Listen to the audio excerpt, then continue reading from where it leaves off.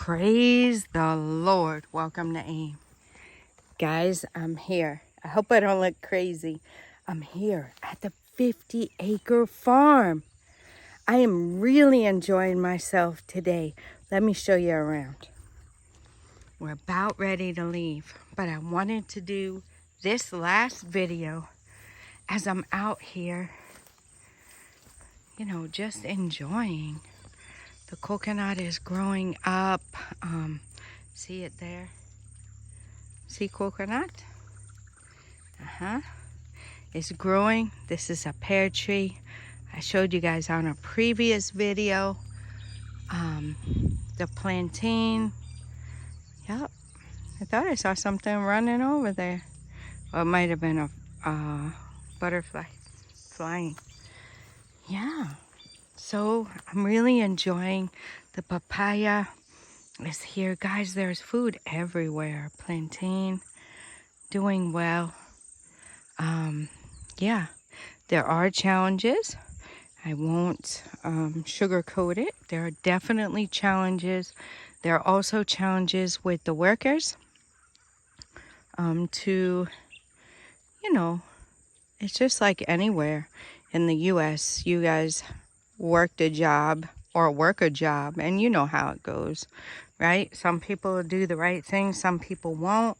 Some people don't put their whole energy and heart into it, and some do. So, yeah. So getting things, and this is a fairly new farm, right?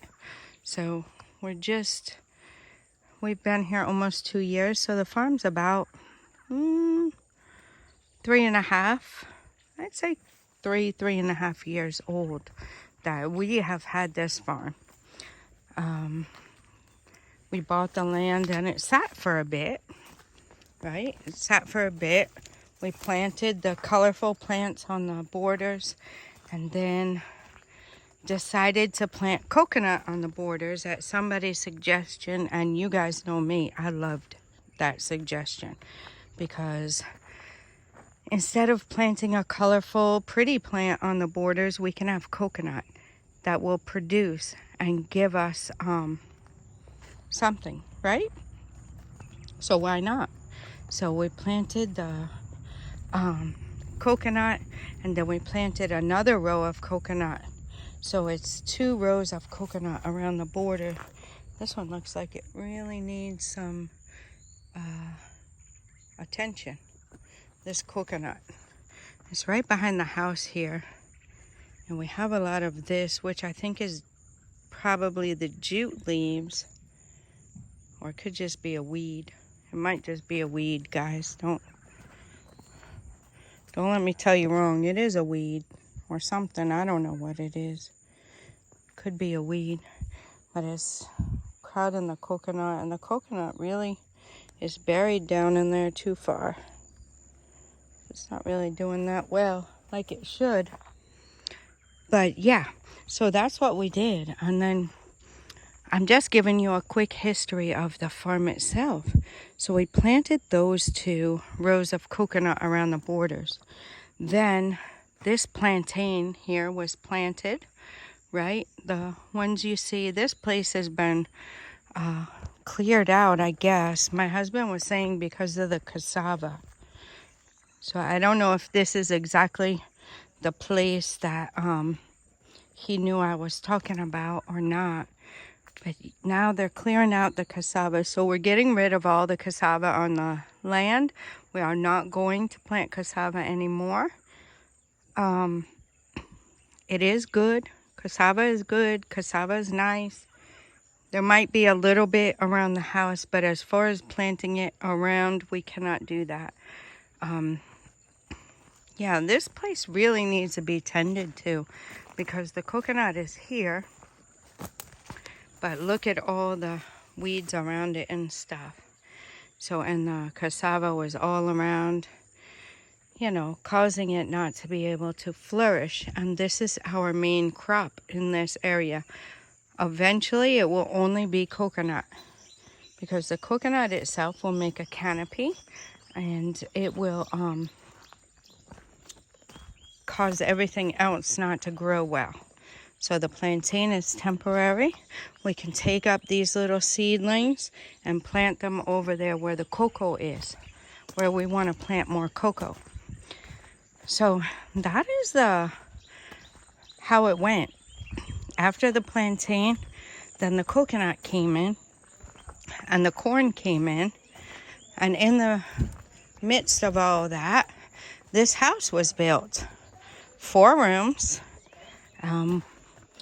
After the house was built, the corn house was built. We have another corn house, which needs to be moved over to here. We do have another corn house on somebody else's property, and we need to get it moved here. And yeah, so then there is the corn house. It's quite huge. It's quite huge. Can look inside there. See? It's very, very big. And then now, as we're doing the cocoa, the other side of the farm, as God would have it, the cocoa was there, and it just needs to be cultivated. Like, it needed to be weeded, it needed to be fertilized, it needed to have some pest control on it. And so that is what he's doing over there. This back here, guys, used to be my most favorite place to come and sit. There was a nice tree over here, and I would sit under it when it was super sunny and get some shade. And yeah, I used to thoroughly enjoy it. And this is the view I would give you guys. But now you see the corn is coming up. You see coconut here, right? So we have coconut. So eventually the coconut will overtake everything. This cassava is going little by little. The contumery is growing excellent, guys. Look at it. It's beautiful. Yeah, so that is what's going on. The cassava, you see how it's overtaking? Yeah. So that is the farm. And yeah, there are plans for the future to build a little covered outdoor kitchen, as well as a restroom. And there's future plans, but we got to get things situated. My husband spent a lot of money bringing electric here so that they would be able to have lights and a fan and a place to charge their phones. And now Kwame is staying here all the time. And yeah, we're moving forward. It's moving along. There are challenges. So if you don't understand how to handle the people and how to manage, it will be very difficult. But you know, my husband is excellent at that. So if you guys are looking to farm, you know, these are the things we have diversified our farm. And we've also done some crops that can bring us in something until the coconut starts producing, right? So corn being one. We did mistakenly sell the corn, the very first crop. We sold it until we figured out that we need to keep it for the animals, right? So we sold it, and then from there on out, last time we did not sell it, and we are not going to sell it again. There is about 20 acres of corn planted, and we will be saving that for the animals. Sure will. We'll be saving the corn for the animals from now on.